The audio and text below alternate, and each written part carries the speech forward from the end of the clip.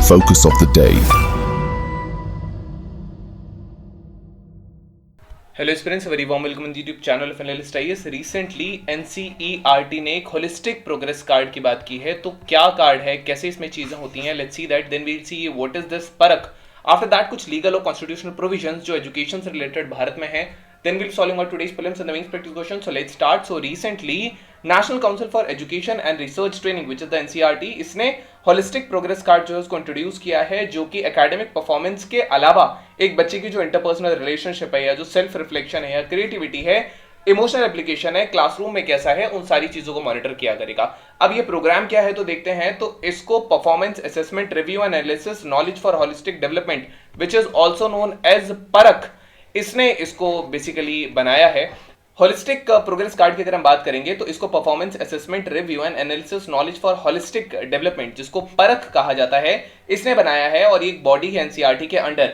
ये तीन चीजों में डिवाइड करता है। एक फाउंडेशनल स्टेज होती है जो क्लास बेसिकली फर्स्ट से सेकंड के बच्चे होते हैं, देन प्रिपरेटरी स्टेज होती है जो थर्ड टू फिफ्थ होते हैं, एंड देन मिडिल स्टेज के बच्चे होते हैं जो यहाँ पर 6 to 8 क्लास आएंगे। ये फीडबैक लेगा पेरेंट से, क्लासमेट से, सेल्फ इवैल्यूएशन होगा स्टूडेंट से, और इसमें अप्रोच होगी, कॉम्प्रिहेंसिव व्यू होगा स्टूडेंट्स का एकेडमिक परफॉर्मेंस को लेकर के, एबिलिटीज क्या है, सोशल इकोनॉमिक स्किल्स वगैरह को इसमें एनहांस करने की बात होगी। ये जो है ये national curriculum framework for school education जो है इसके साथ अलाइन करता है। ये बेसिकली 360 इवैल्यूएशन देने के काबिल होगा। ये केवल मार्क्स और ग्रेड्स पर बच्चों को डिपेंड नहीं करेगा इवैल्यूएट करने के लिए, लेकिन 360 इवैल्यूएशन होगा। यहाँ पे केवल वो पैसिव लर्नर्स नहीं होंगे बट एक्टिव एजेंट्स भी होंगे। एंड ये जो एक्टिविटीज हैं स्टूडेंट्स को प्रमोट करेंगे, डाइवर्स स्किल कॉम्पिटेंसीज जो है उनको प्रमोट करने के लिए, अप्लाई करने के लिए, ताकि उनका जो कंटेंट पर ग्रास्प है वो रह सके। इसमें टास्क एक्सेस किए जाएंगे, टीचर्स जो है वो रजिस्टर कर पाएंगे स्ट्रेंथ जो है स्टूडेंट्स की, कोलैबोरेट कर पा रहा है, इंस्ट्रक्शन फॉलो कैसे कर रहा है, क्रिएटिविटी, एम्पैथी क्या है। सिमिलरली वीकनेस जैसे अटेंशन की कमी होना, पीयर प्रेशर या प्रिपरेशन की कमी, ये सारी चीजें जो है वो टीचर को हेल्प करेंगी कि वो ऐसे एरियाज को आइडेंटिफाई कर पाए जहां पे स्टूडेंट्स को हेल्प की जरूरत है। एक की फीचर जो इसका है वो ये है कि यहाँ पर अपने ओन वो इवैल्यूएशन कर सकते हैं, एज वेल एज क्लासमेट की परफॉर्मेंस भी यहाँ पे देखी जा सकती है।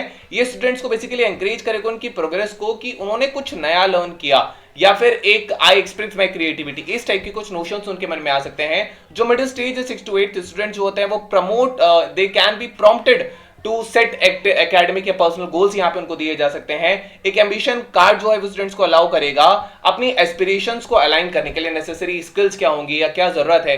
एचपीसी जो है ये पेरेंट्स का भी यहाँ इन्वॉल्वमेंट है, ये आपको ध्यान रखना है। प्रोग्रेस लर्निंग में या होमवर्क लर्निंग में या क्लासरूम एंगेजमेंट में, स्क्रीन टाइम बैलेंस करना, एक्स्ट्रा करिकुलर एक्टिविटीज को बैलेंस करना, पीयर इवैल्यूएशन भी यहाँ पे की एलिमेंट है, जहां स्टूडेंट्स होते हैं वो अपने क्लासमेट के कंट्रीब्यूशंस को भी एनालिसिस कर पाएंगे।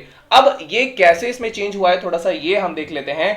सो नेशनल एजुकेशन पॉलिसी 2020 के हिसाब से ये जो होलिस्टिक प्रोग्रेस कार्ड जो है, इसका मतलब है कि एक सेल्फ अवेयरनेस या एक जो सेल्फ एस्टीम वाली बात होती है बच्चे के अंदर, उसको प्रमोट करेगा। ये कम्युनिकेट कर पाएंगे अपनी स्ट्रेंथ को और वैसे एरियाज जहां पे इंप्रूवमेंट की जरूरत है।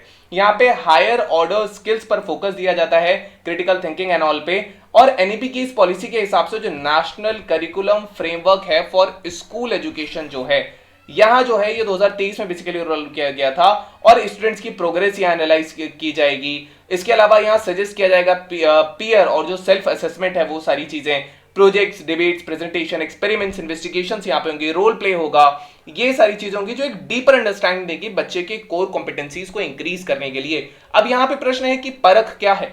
तो बेसिकली परख को लॉन्च किया गया है जो नेशनल एजुकेशन पॉलिसी है 2020 उसके अंडर, और ये स्टैंडर्ड सेटिंग बॉडी है जो एडवाइस करती है स्कूल बोर्ड्स को बेसिकली नए असेसमेंट्स या पैटर्न्स के लिए, लेटेस्ट रिसर्च के लिए, और ये कंस्टिट्यूएंट यूनिट है which is under NCERT. Now next thing is, ये टास्क भी होगी यहाँ पीरियोडिक लर्निंग आउटकम्स जैसे नेशनल असेसमेंट सर्वेज हैं या स्टेट असेसमेंट सर्वेज जो यहाँ पे होते हैं उनको लेने के लिए। ये 3 मेजर असेसमेंट एरियाज पे वर्क करेगा, large scale assessments, school based assessments और एग्जामिनेशन रिफॉर्म्स में। इसके कुछ ऑब्जेक्टिव्स हैं जैसे नॉर्म्स एंड गाइडलाइंस हैं, यहाँ नॉर्म सेट किए जाएंगे, स्टैंडर्ड्स, गाइडलाइंस स्टूडेंट्स के असेसमेंट के लिए, वैल्यूएशन के लिए। यहाँ असेसमेंट पैटर्न को एनहेंस करने की बात की जाएगी, 21वीं सेंचुरी के साथ अलाइन कर पाए। यहाँ डिस्पैरिटी इवैल्यूएशन में जो है उसको रिड्यूस किया जाएगा, एक यूनिफॉर्मिटी लेकर के आएगी स्टेट्स और सेंट्रल बोर्ड्स के बीच में, ताकि यहाँ अलग अलग स्टैंडर्ड्स जो है वो एक साथ अलाइन कर सकें, डिस्पैरिटी ना हो अलग अलग स्टेट्स के जो स्कोर्स होते हैं। बेंचमार्क असेसमेंट यहाँ पे होगा, तो एक फ्रेमवर्क होगा यहाँ जो कि नेशनल एजुकेशन पॉलिसी 2020 के हिसाब से होगा। अब लीगल कॉन्स्टिट्यूशनल राइट्स यहाँ पे कुछ आते हैं, तो गवर्नमेंट ने जो इंप्लीमेंट किया है which is also known as Sarva Shiksha Abhiyan जिसे कहा जाता है, तो सर्व शिक्षा अभियान जो वो है राइट टू एजुकेशन के अंडर आता है। ये प्राइमरी लेवल 6 से जो 14 साल के बच्चे होते हैं उनके लिए होता है। इसके अलावा जो सेकेंडरी लेवल है जो 14 to 18 का एज ग्रुप है, यहाँ पे जो सर्व शिक्षा अभियान है उसको एक्सटेंड करके राष्ट्रीय माध्यमिक शिक्षा अभियान में किया गया है। एंड यहां पर हायर एजुकेशन के लिए राष्ट्रीय उच्चतर शिक्षा अभियान है। ये जितने भी स्कीम्स हैं ये एक अम्ब्रेला स्कीम जो कि समग्र शिक्षा अभियान है उसके तहत आती हैं। अब यहां पे कुछ कॉन्स्टिट्यूशनल प्रोविजंस भी हैं, जैसे आर्टिकल जो 45 है जो डायरेक्टिव प्रिंसिपल स्टेट पॉलिसीज का है, ये गवर्नमेंट को स्टिपुलेट करता है कि वो फ्री कंपल्सरी एजुकेशन दे सारे बच्चों को जो 14 साल से छोटे हैं विद इन 10 ईयर्स जब कॉन्स्टिट्यूशन बना था। तो यहां पे आर्टिकल 45 आया था।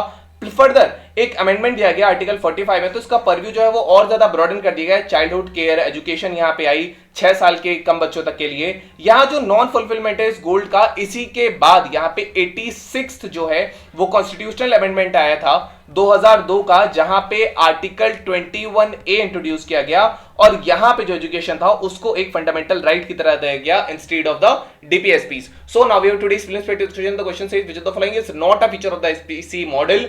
Passive learning in class activities, assessing students' ability to apply concepts, encouraging students to reflect on their progress, allowing students to set personal goals. Now we have today's main practice question. The question says the National Council of Education and Research Training has introduced the Holistic Progress Card as a replacement of traditional report cards. Critically examine the features of HPC and discuss its potential impact on teaching, learning processes and student development. So this was all about today's video and session. I hope you understood it very well. Thank you. Have a nice day and stay tuned with Let's Try for your better preparation.